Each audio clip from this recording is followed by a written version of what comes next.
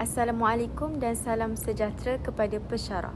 Pada hari ini, kami akan membentangkan tugasan bertajuk Aplikasi Teori Sosiali Responsible Design oleh Victor Papanix dalam cadangan platform digital e-Sayong bagi memelihara warisan kraf labu sayong.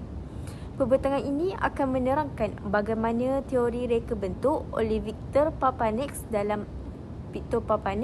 dapat diaplikasikan dalam usaha memelihara warisan budaya melalui penggunaan teknologi digital secara bertanggungjawab. Seterusnya, pada bahagian ini saya akan menerangkan serba sedikit mengenai pengenalan. Pada masa kini, reka bentuk bukan lagi hanya menumpukan kepada aspek kecantikan atau nilai komersial sesuatu produk. Sebaliknya, reka bentuk juga perlu mengambil kira impak terhadap masyarakat, budaya dan alam sekitar. Sehubungan itu, Victor Papanix memperkenalkan konsep socially responsible design, iaitu reka bentuk yang memberi manfaat kepada masyarakat dan membantu menyelesaikan masalah sebenar. Berdasarkan konsep tersebut, kumpulan kami memilih warisan labu sayong sebagai kajian kes kerana ia merupakan salah satu identiti budaya Melayu yang semakin berdepan pelbagai cabaran untuk dikekalkan pada masa hadapan. Oleh itu, saya serahkan kepada rakan saya untuk menerangkan kajian kes yang dipilih. Bismillahirrahmanirrahim. Assalamualaikum warahmatullahi wabarakatuh dan salam sejahtera. Pada hari ini saya akan bercakap mengenai slide 3 dan slide 4 mengenai labu sayur. Labu sayur merupakan bekas air tradisional yang diperbuat daripada tanah seliat menggunakan teknik picitan tangan. Proses pembuatan labu sayur memerlukan kemahiran yang tinggi kerana setiap bahagian dibentuk secara manual sebelum dibakar menggunakan sekan padi. Proses pembakaran ini menghasilkan warna hitam yang menjadi identiti utama labu sayur. Walaupun warisan ini masih diusahakan oleh pekerja tempatan, namun populariti dalam kalangan generasi muda semakin berkurangan. Jika keadaan ini berterusan, kita bimbang ilmu dan kemahiran ini menghasilkan labu sayur akan semakin pupus pada masa akan datang. Oleh hal demikian, kumpulan kami mencadangkan pembangunan sebuah platform digital yang dinamakan sebagai e-Sayong. Dalam platform ini, ia akan berfungsi sebagai pusat maklumat digital yang menghimpunkan galeri produk, dokumentasi proses perbuatan, direktif pekerja tempatan serta ruang jualan secara dalam atas talian. Melalui platform ini, kami berharap warisan labu sayur dapat dipromosikan kepada masyarakat yang lebih meluas sekaligus membantu meningkatkan pendapatan pekerja tempatan.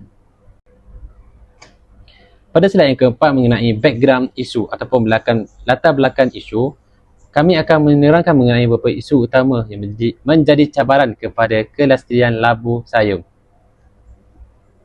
Pada slide yang keempat, saya akan menerangkan mengenai background isu ataupun isu latar belakang. Saya akan menerangkan mengenai beberapa isu utama yang menjadi cabaran kepada kelestarian labu sayur. Isu yang pertama kita dapat lihat iaitu kekurangan generasi pelapis. Pada masa ini, semakin kurang golongan muda yang berminat mempelajari teknik perbuatannya. Kerana apa? Proses untuk menghasilkan satu labu sayur tu memerlukan masa kesabaran yang tinggi untuk menghasilkan satu produk labu sayur.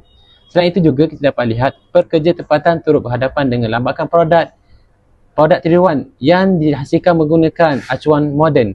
Produk acuan moden ini menyebabkan hasilnya begitu cepat dan murah berbanding produk asli yang diperbuat daripada tempatan. Dari segi harga menyebabkan proses ini menjejaskan pendapatan pekerja tradisional. Di samping itu juga kita dapat lihat terdapat joran digital dalam kalangan pekerja. Kebanyakan mereka terdiri daripada warga emas yang kurang mahir dalam menghasilkan media sosial ataupun platform e-dagang untuk mempromosikan hasil jualan labu sayur asli. Akhir sekali kita dapat lihat itu ilmu pembuatan labu sayur. Dari segi ilmu pembuatan labu sayur masih banyak diwarisi secara lisan dan kurang didokumentasikan secara meluas. Sekiranya ilmu ini tidak direkodkan dengan baik, terdapat risiko pengetahuan tradisional ini akan hilang apabila generasi yang lama tidak lama akan meneruskan kemahiran tersebut. Oleh hal demikian, itu saja pembentangan saya pada hari ini. Saya serahkan kepada rakan saya untuk menerangkan mengenai teori yang akan digunakan dalam kajian yang dihasilkan. Sekian, terima kasih. Yang kulit itu kundi, yang merah itu saga, yang baik itu budi, yang indah itu bahasa. Sekian, terima kasih. Seterusnya, kita beralih kepada teori. Teori yang kami gunakan ialah Socially Responsible Design yang diperkenalkan oleh Victor Papanek. Menurut beliau, seorang pereka bentuk bukan sekadar menghasilkan produk yang cantik, malah perlu bertanggungjawab terhadap kesejahteraan masyarakat. Dalam kajian ini, teori tersebut diaplikasikan melalui cadangan pembangunan platform Isayung. Platform ini bukan bertujuan menggantikan proses tradisional, tetapi menjadi medium untuk mendokumentasikan ilmu perbuatan, mempromosikan hasil kraf dan membantu meningkatkan pendapatan pengrajin.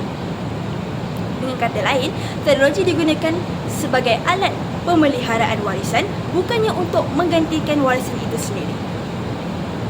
Selanjutnya, cadangan ini juga menyokong beberapa matlamat pembangunan mampan atau SDG.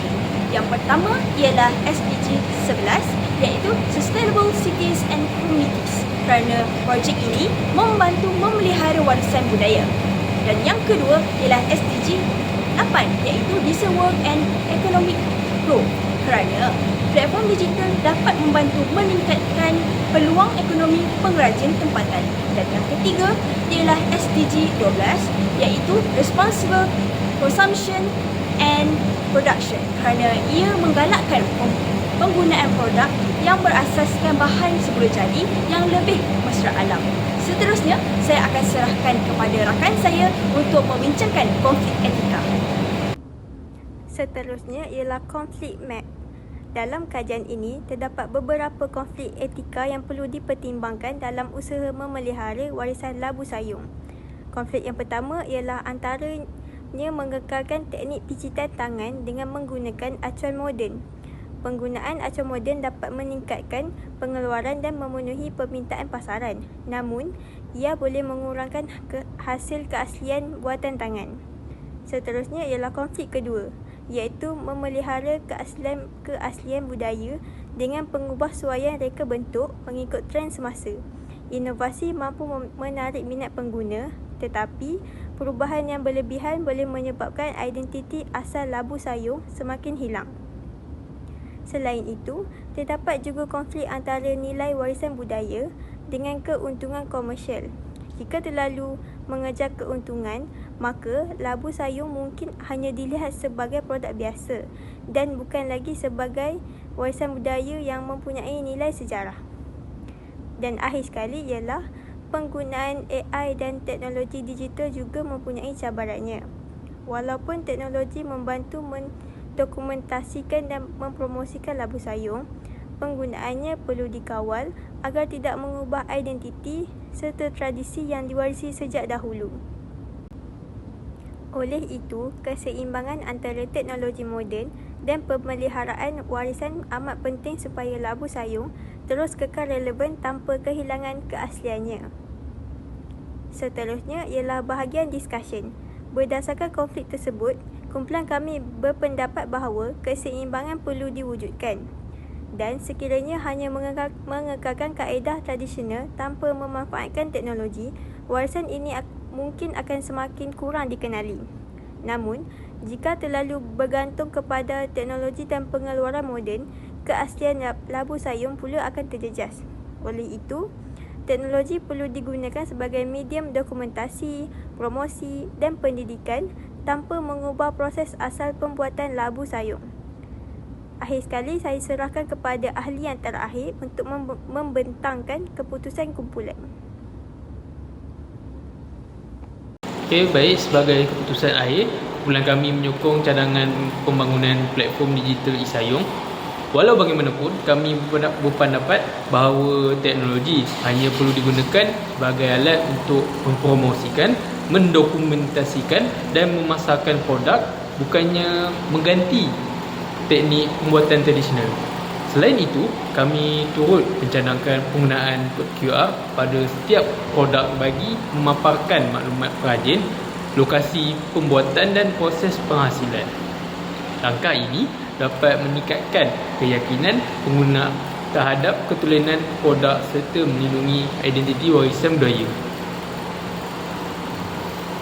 Kesimpulannya, reka bentuk bukan sekadar menghasilkan produk yang menarik, tetapi juga berperanan menyelesaikan masalah masyarakat dan memelihara warisan budaya. Melalui aplikasi teori Social Responsible Design oleh Victor Papanek, kami menunjukkan bahawa teknologi digital boleh digunakan sebagai medium untuk memastikan warisan labu sayung terus dipelihara tanpa mengorbankan nilai tradisinya. Kami berharap cadangan platform e-Sayong dapat menjadi salah satu pendekatan yang membantu menghubungkan warisan tradisional dengan generasi masa hadapan.